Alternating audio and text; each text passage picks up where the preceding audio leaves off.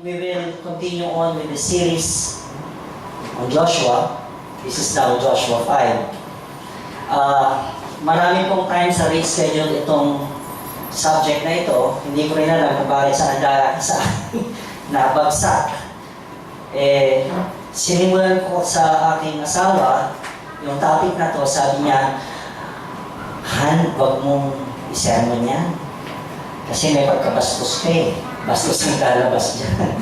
Anyway, hindi magiging gano'n siguro po ang bagsak na yun. Anyway, this is, well, the one that was given to us is titled Preparation for the Next Generation, or Preparing the Next Generation, that is Joshua 5. If we go to go forward and go backward, entering the promised land is actually part 2 already. There was already part 1 of this, and that was 40 years back. That was the time when they have just gone out of Egypt, crossed the Red Sea, and went through the desert near the Negev, and then went to Mount Sinai. Ito yung ginamit ko na map, which I copied from Ray. Tinawid po nila ito, yung Red Sea dito, they came from Ramesses. Natawid na nila yung Red Sea dito, they have just come out. And from here, there was already the drama that God not just showed the Israelites, but also the drama that they showed throughout the kings of this region. Sabi nga na, they will know that I am the Lord, that know that I am God, that I am alive. Because no God in Egypt had ever done this. Diba? Nobody could part the sea, make it dry, and you could get in. No one could have ever killed. Kasi he took away life, and He can give life. That is the language that they knew back then. God is a God if you can give life. God is also a God if you can take away life. So that was shown by God. Okay? They removed firstborn of animals and firstborn of men. Those who are not Jews were killed at the time. Siguro even the firstborn of their flock, yung sa Israelites, were also spared. So dito sila nakarating, naikot na nila to. This is the Sinai Peninsula. Here was the region where the 10 Commandments were given, all the laws were given. They camped. Nandito na sila. This is the promised land. This is the land flowing with milk and honey. We're already here at Kadesh. This is the moment that they will enter the promised land. Dito na. So this is 40 years back, 40 years ago, if we have a flashback. What happened then? Numbers 13, ito yung 40 years back. Okay pa si Moses. What they did was to spy the land. Diba? Joshua also spied the land. The first time they spied was in Kadesh.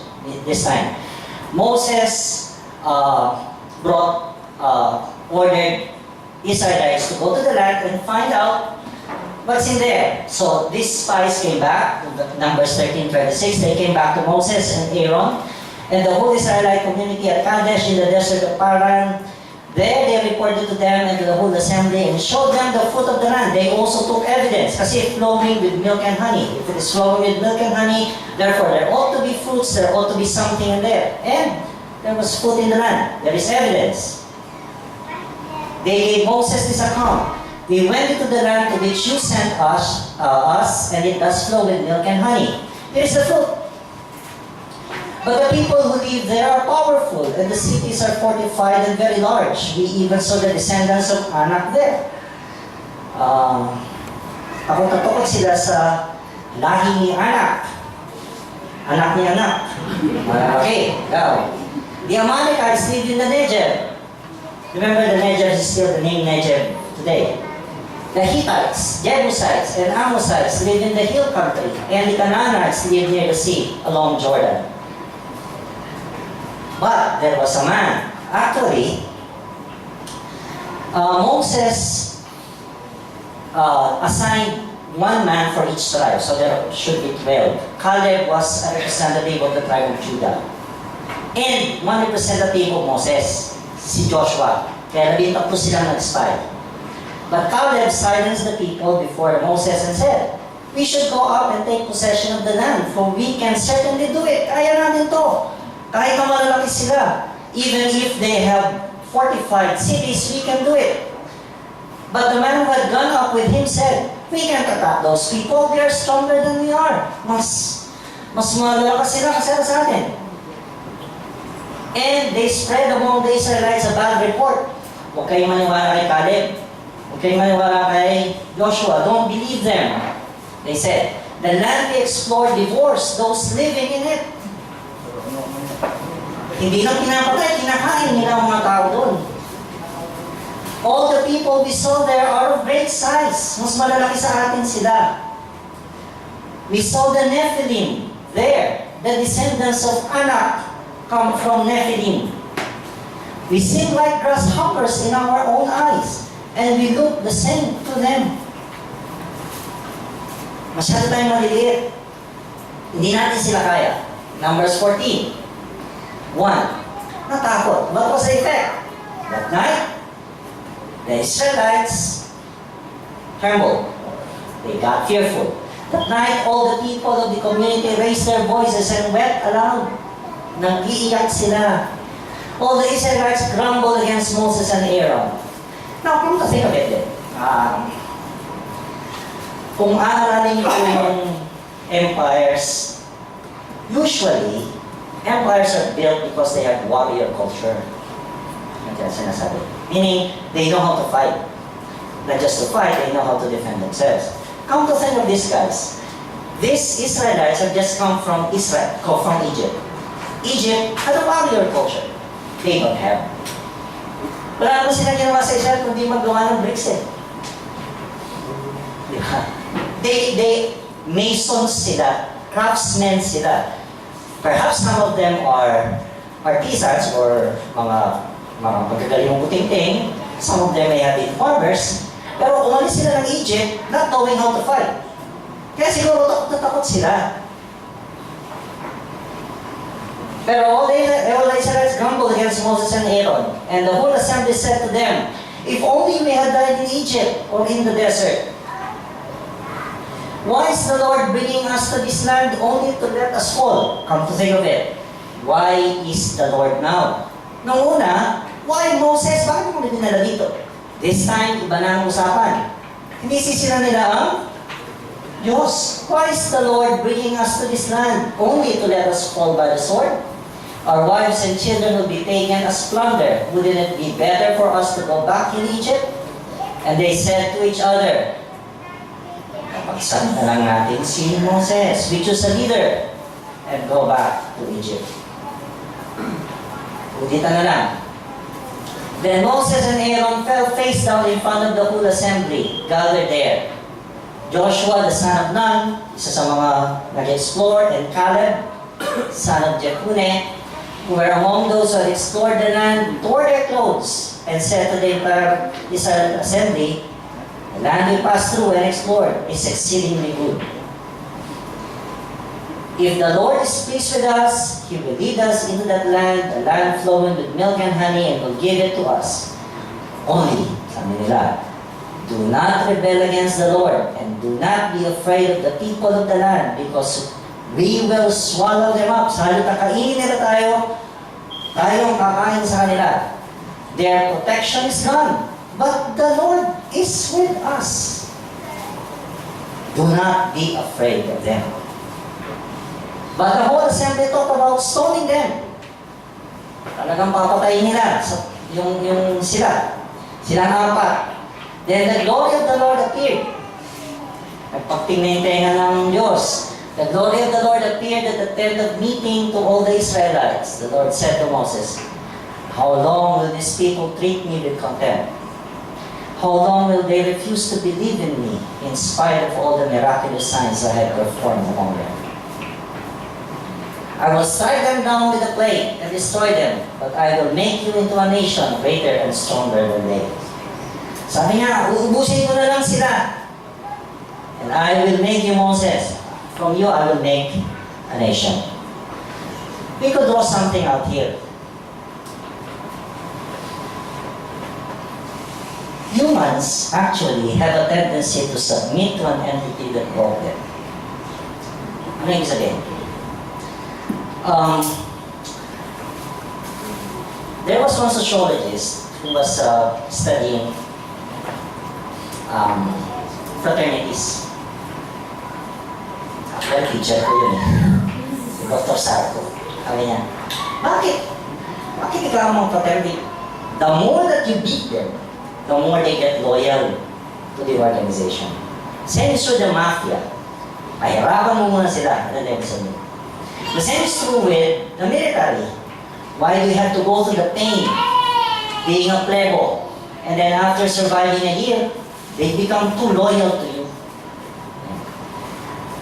One study was made, was conducted, comparing those who did not suffer during World War II, comparing it with a certain German troops who were given the torture and everything, and they became so courageous in battle, they became so loyal to the troops than those who didn't undergo such a difficult ordeal.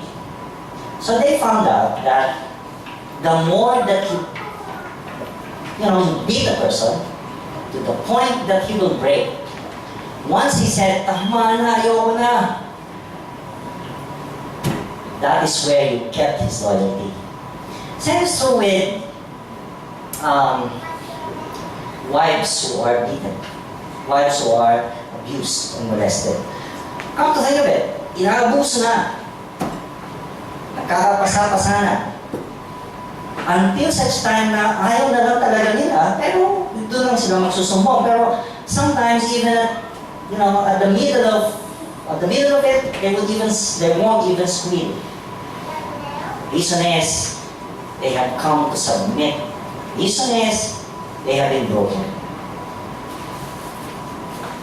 Humans, once broken, they have a tendency to submit to that entity that broke them. Yung bata na napagpapalo, pinalo, nasaktan. Isang salo lang, works, dito ka. Pupunta na yan. Not because, perhaps, mahal niya yung tatay niya, pero kung minsan, ang sasagutin niya lang, ayoko po kasi mapalo eh. Nasaktan na po ako eh. Ayaw na niya. Ayaw mo na rin masaktan. Sige na. Pwede na. So your loyalty now is to the one who broke you. Egypt broke the Israelites. Hindi ko na nilagay dyan. Pero actually, come to think of it, the Israelites never went to God in order to ask them to be rescued. Baliktad. Ito Exodus 3 verse 7, the Lord said, "I have indeed seen the misery of my people in Egypt. I have heard them crying out of their slave drivers." They cry out, they don't cry out to God, they cry to their slave drivers. And I am concerned about their suffering. So, God did not break them. Egypt broke them. Kaya, submissive sila sa Egypt. Pag konting problema, gusto nilang bumalik sa Egypt. Their loyalty is in Egypt. But they didn't realize that God did rescue them. Egypt broke the Israelites, but God gave them love, which they did not realize. We are broken by institutions. Yung boss natin na mahigpit. People may break us. Situations may break us, our background. Even the devil can break us. Kung minsan nga, we give too much emphasis of a fear of the devil rather than give emphasis of the love that God will give. Diba? Takot na takot tayo sa baka nandyan. Whereas, tapos na yun. God provides the love. We give more emphasis to the fear. We give emphasis to the background of our brokenness But out of this brokenness, God builds us up with His love. God does not break. God builds up. Come to think of it, Israel was broken by Egypt. Ginawa silang slaves, pinagtrabaho sila ng gusto. Kaya lang, the more they were oppressed, the more they multiplied. Lalong nagalit ng Pharaoh. But these Israelites never cried out to God. They cried to the Egyptians. But God heard their cry. They were broken. But God wanted to redeem them. But that was something that they did not realize. Mas madaling maisip yung pain. Mas madaling maisip yung brokenness. Love. Kailangan tagal. Walang iniwan yan sa mga estudyante ko, sabi ko. Bakit ba pag kayo ay tinerrorize, bukas, magdala kayo ng ganito. Pag hindi kayo nagdala, siko kayo. Bakit yan magdadala? Pero pag may dumating, magdala kayo nito. Sir, pwede bang ganito na lang? Sir, pwede, sige, pwede na yan. Sir, pwede bang ganito na lang eh? Sige, pwede na rin yan. Kinabukasan may dalawa? Wala. Yung mas madali mas madali ang success kapag tineterrorize ang tao. Pag may fear, mas madali ang success. Success rate is higher if you induce fear, if you terrorize people. Ayaw mo ha? Sige. Pero, dito ka na, no? Sige, 10 minutes na lang ha? Pwede mo 15? Pwede ba 20? Hanggang sa, wag na lang. Ang hirap pasinurin kapag grace ang pinapairaw. Ang hirap pasinurin kapag love ang ang tagal ng epekto. Umabot na isang sem, hindi pa nila na-realize yun. Ikaw ba sisisihin? Sir, kasi naman ang bait-bait mo eh. Mahal naman kasi, bait-bait mo kasi. Ikaw ba sinisip? Ano nga ako gusto nyo eh? Terrorize ko kayo. Gusto nyo ng terror? Hindi, sir. Ayaw nyo na. Ang hirap pa sinurin kapag grace ang pairalin mo. Same with this. Mas madali ang loyalty nila kasi they were broken. Natatakot sila sa Egypt eh. But to God rescued them. They even asked Him for it. But they didn't realize it, that it is God who was giving them love. Ang tagal nilang natuto. Actually, hindi nga sila natuto eh. Okay. Anong ginawa ni Moses nung nagalit ang Diyos? He appealed. Sabi niya, kapag nilipol mo ang mga yan, hindi pinagtawanan ka ng mga hari na nakakita sa'yo, nilitas mo na sila para patayin. Sabi niya, sige, sabi ng Diyos kay Moses, I have forgiven them as you asked. Nevertheless, as surely as I live, and as surely as the glory of the Lord fills the whole earth, not one of the men who saw my glory and the miraculous signs I performed in Egypt and in the desert, but who disobeyed me and tested me 10 times, not one of them will ever see the land I promised on oath to their forefathers. That is 40 years back. No one who has treated me with contempt will ever see it. Binigyan mo na sila ng pagmamahal. Mas ang loyalty nila hindi sa akin, ito sa Egypt. Parang ganon. With contempt. That is the contempt. But because my servant Caleb has a different spirit and follows me wholeheartedly, I will bring him into the land he went to, and his descendants will inherit it. Since the Amalekites and Canaanites are living in the valleys, turn back tomorrow and set out toward the desert along the route to the Red Sea. 40 years after, this is what happened. Nandito sila, sabi turn back eh. Kaya dumiretso, turn back. Ayun, na-turn back na sila. Ikot-ikot sila dyan, balik doon. I think I found the Bible Atlas. Merong isa, wala na lang akong kopya. Nagpaikot-ikot pa sila dito. Pero ito, diretso lang. It took them 40 years between here and there, 40 years of travel. Actually, it's not, sandali lang i-travel yan actually. Kaya lang, they camp, nagka-camp sila ng matagal sa bawat area na to. Ito yung dito sila perhaps they honed their skills of warfare. Pag-away din sila dyan, marami silang Sama. I think a few chapters after this, Aaron died. And then pagdating dito sa Mount Nebo, Moses died as well. So pagdating dito, si Joshua na yung papalit at least 40 years forward. Joshua 5 now. So, looking back now, yung lahat ng nangyari noong 40 years ago, the Jordan River was parted na, just like the parting of the Red Sea, part 2 na to. Spies were sent to Jericho, part 2 din. Nirepeat lang ulit yun. For what reason? Well, the drama should be there. Para ano? Para makita ng mga tao doon sa paligid na ang Diyos ay nasa atin. Ang Diyos ay totoo. Just like the prayer of Pastor Ting and Pastor Peter. Sabi niya, this is the time that we want to know you more. Pinapakita ng Diyos kung sino siya. Okay, Joshua 5 now. Now, when all the Amorite kings west of Jordan and all the Canaanite kings, 40 years back, mga patay na yung hari nun.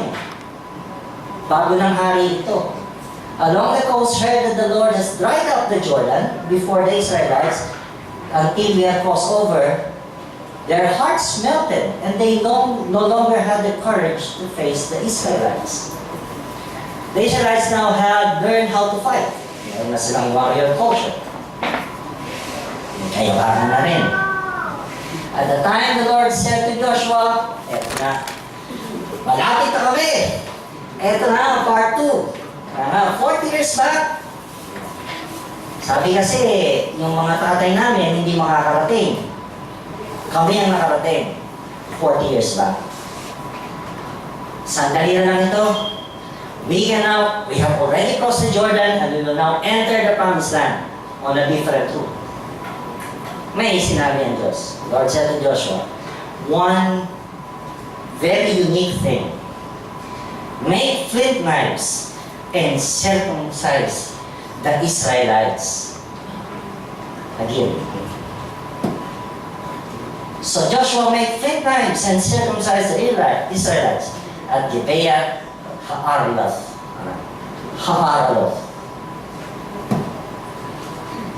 Kung yan sana ang gagamitin, madaling hiwain. Remember flint? Ganyan yun eh. Sinerge ko po, ano ba yung flint knife? Flint is stone yun eh. Hindi naman nakahasa yun. Nadudurog. So how do you sharpen a flint knife? Pinupukpok nila. Hanggang sa maging serrated. Ito, ganyan o. Ayan. Ganon. Balikan natin sa isa. Ito madali ito. Isang pukpok lang yan, isang ganon o ganyan. Ay kung ganito gagamitin, hirap-hirap to. No, hindi naman lahat ngayon 20 anyos pa babae. Siyempre meron 25 doon. Patay na yung mga think of it. Ano bang age limit kung at that time? Sabi, military age kasi sabihin dito, that's 20 years. You will find out later on. So in 20 years, pababa, at saka konti lang sa 20 years, ito yung tutuliin. Tutuliin. Tutuliin ang anak ko. Alam mo, sir, kung itatay, mamaya. Daddy, tuli. Yan nga, tuli. Mahirap to. Mahirap gamitin yan. At may katigasan na yung balat. Hindi yung bata. Isa pa, usually, sa Pilipino, binababad muna sa likod eh. Para lumambot. Sa bagay, may Jordan River. Siguro, nagpabad muna sila. At ito ang gagamitin. Now, kung minsan tatanong natin, ang Diyos naman, kung minsan hindi na dramatic, kung minsan parang comedy rin eh, ano? Bakit doon pa kaya? Why there? Why? Dito na sana sa figure. Hiwa na lang dyan, pwede na. Sabi niya, I am a Jew. Pakita mo ganyan, merong tekla. Kaya dito na lang. Blood compact na lang. Diba? Katipunan. I am a Jew. Pakita mo, merong tekla na gano'n. Mas madali yun. Di mo ba? Kung bakit doon pa? May papakita po, are you a Jew? Pagbubukas ka ng sugar mo, are you a Jew? Ayan. Hindi naman pwede yun. Ang hirap naman nun, ka? Comedy naman yan. How can I show I am a Jew? Will I open my zipper and show you I am? Hindi na lang yung kitang-kita. Yan. Dito, dyan, peklat na lang. Hindi. Kay Abraham, ganun din ang ginawa eh. And now this is why he did so. All those who came out of Egypt, all the men of military age died in the desert. Yun yung sabi kasi, they will not enter the land. On the way after leaving Egypt, all the people that came out had been circumcised. But all the people born in the desert during the journey from Egypt had not. Kala nila makakaligtas sila. Numbers 26 ang military age. Ito, after the plague, the Lord said to Moses, and Eleazar son of Aaron the priest, take a census of the people of Israel, community by families, all those 20 years old or more, who are able to serve in the army of Israel. So the cut-off age is 20. So 20 plus 40, 60 years old ka na. Kaya talagang hindi ka na-aabot during the time. Kung pumamatay ka na lang sa desert. So, since the Israelites had moved about in the desert 40 years until all the men who were of military age when they left Egypt had died, since they had not obeyed the Lord, for the Lord has sworn to them that they would not see the land that He had solemnly promised their fathers to give us, a land flowing with milk and honey. So He raised up their sons in their place, and these were the ones Joshua circumcised. They were still uncircumcised because they had not been circumcised along the way. And after the whole nation had been circumcised, they remained there, they were in the camp. Siyempre, matagal pala, diba? Matagal pa ganyan. Mga 1 week, 2 weeks yan. Mag-aaway yan. Alam namang aatake tayo. Mga nakaganyan tayo. Hindi pwede. May term doon eh. Sabihin ko ba? Nakakamatis pa daw. Which is, medically true naman. Talagang mamamaga. So, matagal. Healing time. Then the Lord said to Joshua, today, this time, mababait ito ang mga na-circumcise ko. Ito, bago. Roll away the reproach of Egypt from you. Siguro hindi na nila nare-remember ng Egypt. Wala na yung loyalty nila sa Egypt this time. This is a new generation now. So the place has been called Gilgal to this day. On the evening of the 14th day of the month, we camped at Gilgal on the plains of Jericho. The Israelites celebrated the Passover, a memorial. Well, 50 years camp. Will be the 50 days pala, will be the Pentecost. The day after the Passover, that very day, they ate of the produce of the land, and even bread and roasted grain. The manna stopped the day after they ate this food from the land. There was no longer any manna from the Israelites, for the Israelites, but that year they ate the produce of Canaan. Now, 50 days after the Feast of Unleavened Bread would be the Pentecost. And this is the time where they will be able to celebrate the first fruits with their own harvest. And mapagpasok nila doon, wala nang mana, they will not have to plant, they will not have to gather, and this is the time when all the offerings that were given to them back in the desert would all be realized. Now, bakit ka ba circumcision pa? Ano po bang kahalagahan ng circumcision? Why is circumcision? Okay. What is the greater meaning, the bigger meaning of this circumcision? Leviticus 26. But if they will confess their sins and the sins of their fathers, their treachery against me and their hostility toward me, which made me hostile toward them, so that I send them in the land of their enemies, then when their uncircumcised hearts are humbled and they pray for their sin, I will remember my covenant with Jacob and my covenant with Isaac and my covenant with Abraham, and I will remember them. I will remember the land. This is the time when there had been a lot of infractions from while they were in the desert, as the commandments were given them. At ito yung sinabi niya, uncircumcised heart. So circumcision does not come just physical. That will say is also spiritual. for them. Jeremiah 4. Circumcise yourselves to the Lord.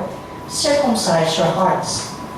You men of Judah and people of Jerusalem, or my wrath will break out and burn like fire because of the evil you have done.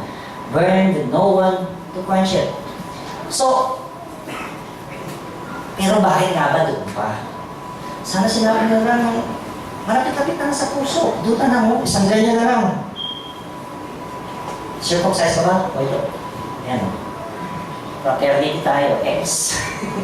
Dito na lang, ba't doon pa kasi? Anyway, Acts 7:51, you stiff-necked people, this is now the new covenant. With uncircumcised hearts and ears, you are just like your fathers, you always resist.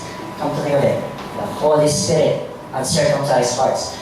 The whole Israel, though circumcised physically, had not been circumcised in their hearts. That's why in Acts 7:51, Stephen, in his defense, said, you, kayong mga Hudyo, na nagpaparatang sa akin, accusing me, you all have uncircumcised hearts. So circumcision is not simply physical. It is more spiritual than physical. It is about the heart. Paul said also for the Jews in Romans 2, a man is not a Jew if he is only one outwardly. Not is circumcision merely outward and physical. No, sabi niya. A man is a Jew if he is one inwardly, and circumcision is circumcision of the heart by the Spirit, not by written code. Such a man's praise is not from men, but from God. Colossians 2. When you were dead in your sins and in the uncircumcision of your sinful nature, God made you alive with Christ. He forgave us all our sins, having cancelled the written code with its regulations that was against us and that stood opposed to us. He took away, nailing it to the cross. And having disarmed the powers and authorities, He made a public spectacle of them, triumphing over them by the cross. Circumcision, therefore, is not just physical. Pero, bakit lalaki lang? Ano ba ang gustong ipakita ng Diyos? Bakit lalaki lang ang isi-circumcise? Why did He place the foreskin there and then had to cut it out? Hindi po ba? Alam niya naman ang gagawin niya eh. Abraham did it the first time. And so all the descendants of Abraham did it. One thing is that circumcision is of the heart. It is the change of heart. Change of heart towards what? Change of heart towards, as led by the Spirit, towards, having cancelled the written code, towards the cross, towards Christ. That is why He said, uncircumcised kayo mga Hudyo. Because there's one thing you lack. Hindi kayo circumcised kasi your heart has not changed. Your heart has not been changed to accept or to see. Ito, Christ. Okay? Why circumcision is a sign of the covenant is because it has something to do with reproduction. It's painful. Alright? Painful. But the idea is that it has something to do with reproduction. And what God desires is that we produce a generation who would obey and love Him. It's all about reproducing Abraham to them. Remember Abraham? He was circumcised. Abraham has to be reproduced. Because Abraham loved God. Abraham obeyed God. So as a sign of the covenant, that also Abraham did. Kung nagkaganyan si Abraham, ikaw na lalaki, ituro mo sa anak mo yan. I-prepare mo yung next generation mo. There ought to be a generation who would love and obey God. Well, today, medically, circumcision also has its own medical benefits. But that is more physical. What God wants is a circumcised heart. Ituro mo sa pamilya mo, dapat merong susunod na henerasyon na merong magmamahal sa Diyos. Mag-uubay sa Diyos. Reproduction. We need a generation with circumcised hearts. Hearts Na-change. Sabi nga nila, matanda na ako eh. Hindi na ako pwedeng magbago. Sa mata po ng Diyos, walang matanda at walang bata. Kahit matanda ka, pwede ka pa rin magbago. Well, di ba sabi po sa parable, merong tinawag ng maaga, may tinawag ng noontime, may tinawag ng dapit hapon na. So lahat na yan tinawag. Ano namang pag tinawag ka ng late na, exempted ka na sa pagbabago. No, you still have to have circumcised hearts. We all need to change. Change towards what? Change towards loving God. Well, there's just one thing here. Ang sabi po, ang pagkakaalam po natin noon, na ang Old Covenant gives us the how-to. Kasi ang dami dito how to. On what Christ said, that you love. Diba sabi niya, this is my new command. A new command I give you, that you love one another as I have loved you. Ang kailangan natin noon, yung love na yon, sa sinabi ni Kristo sa New Covenant, the how-to of it, kung paano natin gagawin, can be found in the Old Covenant. Kasi nandito lahat. Mukhang baliktad. Mukhang hindi po yata tama. Bakit? Actually, kung titignan nyo, sa kinadami-dami dito, na sinabi sa Leviticus, it all had begun to, kahit kayo po, basahin nyo, parang sinasabi it had always been love God. Love. Puro love yun sa Deuteronomy. Love your father, love your mother, love God, obey God. Ano ang sinasabi niya? But it proves that it is inefficient. The written code is inefficient. Kahit damihan mo pa yan, yung 500 commandments yan, it is still inefficient. It is still imperfect. Without Christ, without God, who will show you really how. Kaya nga, the Holy Spirit, when He came down, leads you to whom? Leads you to Christ. If you love Christ, you will love God. Because that's what He did. If you know Christ, love God, love Christ, you will have a generation who would honor their parents. Now, one thing more. Noong binigay po itong commandments na to, yung 10 commandments and the rest, meron na po kultura ang mga tao. Hindi po eternal, everlasting. Yung presumption natin nun. Ang 10 commandments ay eternal, everlasting, hindi mo babago yan. Teka muna. Ginawa yan para sa tao. May kultura na ang tao naman. Come to think of it. Bakit sinilagay out sa 10 commandments ang do not commit adultery? It is because the culture of the Arabians from that time had been all polygamous. Kaya sabi niya, do not commit adultery. Sininggle out niyo yun. Love God. Kasi ibang love niyo hindi naman ako eh. Ang love niyo yung Egypt. That's why sininggle out ko, love God. Sininggle out ko din, do not commit adultery, do not covet. Kasi yun ang ginagawa niyo eh. Honor your father and your mother. Bakit? Meron bang kultura doon na hindi nag-honor ng father or mother? Siguro po meron. Kasi meron specific provision dito about rebellious sons. O anong gagawin mo sa inyong rebelling anak? Pag ayaw na talaga makinig. Di may kultura talaga silang rebelde. Baka may kultura silang inaalay nila ang kanilang anak. Umahal sa buhay sa isang Diyos. That's why I said, honor your parents. So, the written code is inefficient. What is efficient is knowing Christ, knowing God. So, Holy Spirit will lead you to who Christ is. And that is what circumcision is. Kaya sabi ni Stephen, ay yung mga uncircumcised kayo. Kasi ayaw yung bago. Makapagbabago na tayo ng matino kung kilalanin nyo at tanggapin nyo si Kristo. And that is where the Holy Spirit will lead us. So, God wants a generation who love God. A generation who honors their parents.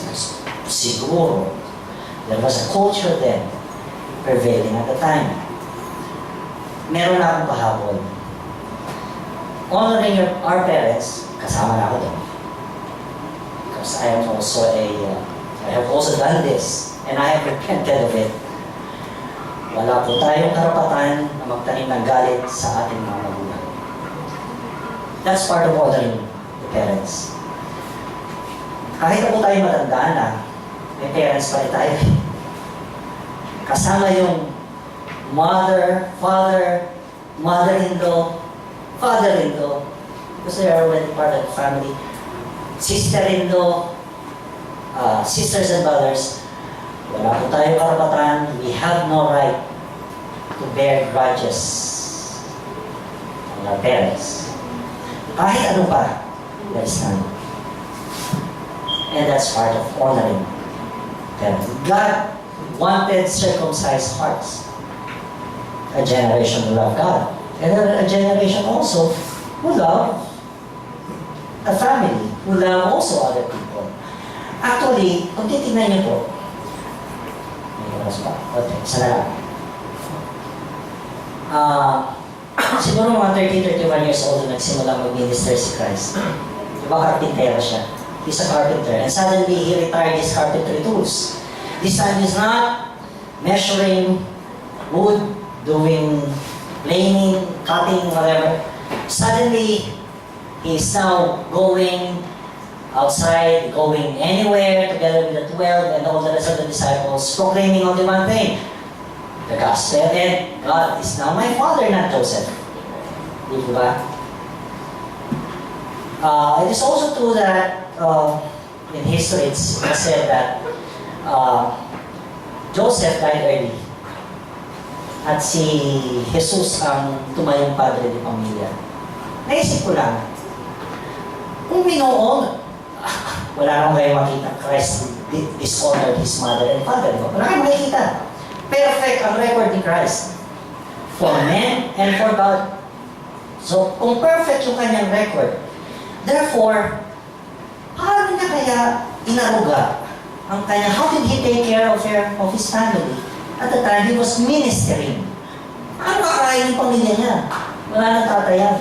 Well, siguro yung mga kapatid niya, half-brothers niya, malalaki na rin. Kaya lang mag-trabaho. Or, would it be possible also that kaya niyang pakainin ng 5,000, he can feed the 4,000, he can feed the 5,000. In some miraculous signs, he can also feed his family even far away.